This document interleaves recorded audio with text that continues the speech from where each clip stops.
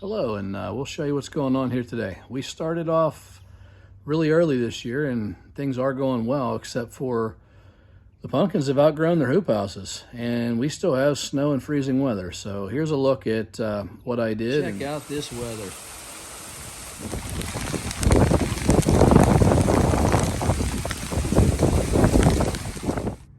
All right, so here's what I ordered. Basically, this is like a pop-up picnic tent you'd have in your yard, but it's got a greenhouse cover. I took some 4x4s and made a frame around it. Same as I would with my other huts. I drill a hole. And this hole, I'll just beat a T-post in the ground. It's better than a short stake. It'll actually hold it in the ground. I turn a T-post upside down and it gets in the ground about 3 feet. That way the wind doesn't toss it around. Same thing here. I bolted them each to the wood. The nice thing about that is this is super light. Just come, I grab it like this, and I just start walking. I can drag it out over the plants, over the garden. And then these are set up, in general, I'd say these have 7-foot, 8-foot ceilings. Well, that's great until you're trying to keep the heat in. So what I've done is I took the drill and I drilled an additional hole and I brought this thing down about 3 feet lower.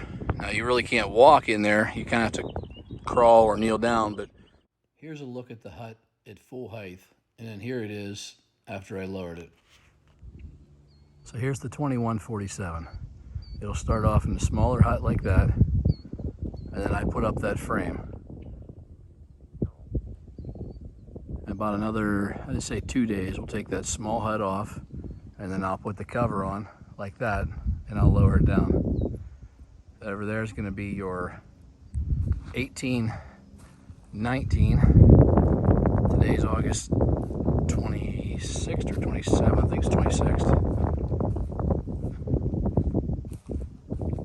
And inside here,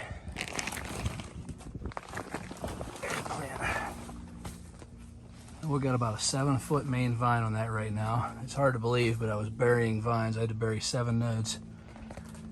And I'll take a piece of cattle panel, back this camera up, and I just bend the cattle panel from here to here. I may need another one, depending on how cold this weather is.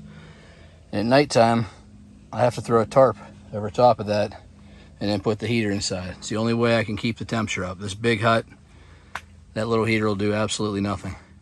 Here's a look at it with the tarp on. All right, let's head on over here to the 1747 Bailey. Today it graduated from the small hut to the larger hut. I just did that. Probably should have videoed it for you, but it's really not that complex. All right, and it is now probably about a 5.5-foot main vine without a tape measure.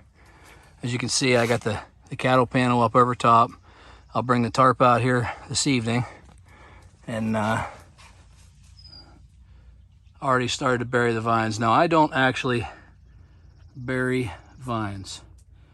I'm growing on top of weed fabric, so what I'll do is I'll take the torch and I'll burn a hole right there between that leaf, underneath that leaf node. I'll put a little bit of wet potting mix right underneath it, and I use landscape stakes. They're bent open real wide, and I have to come back in and take those out. If you forget, you could mess up your vine. That's my method for burying on top of the weed fabric.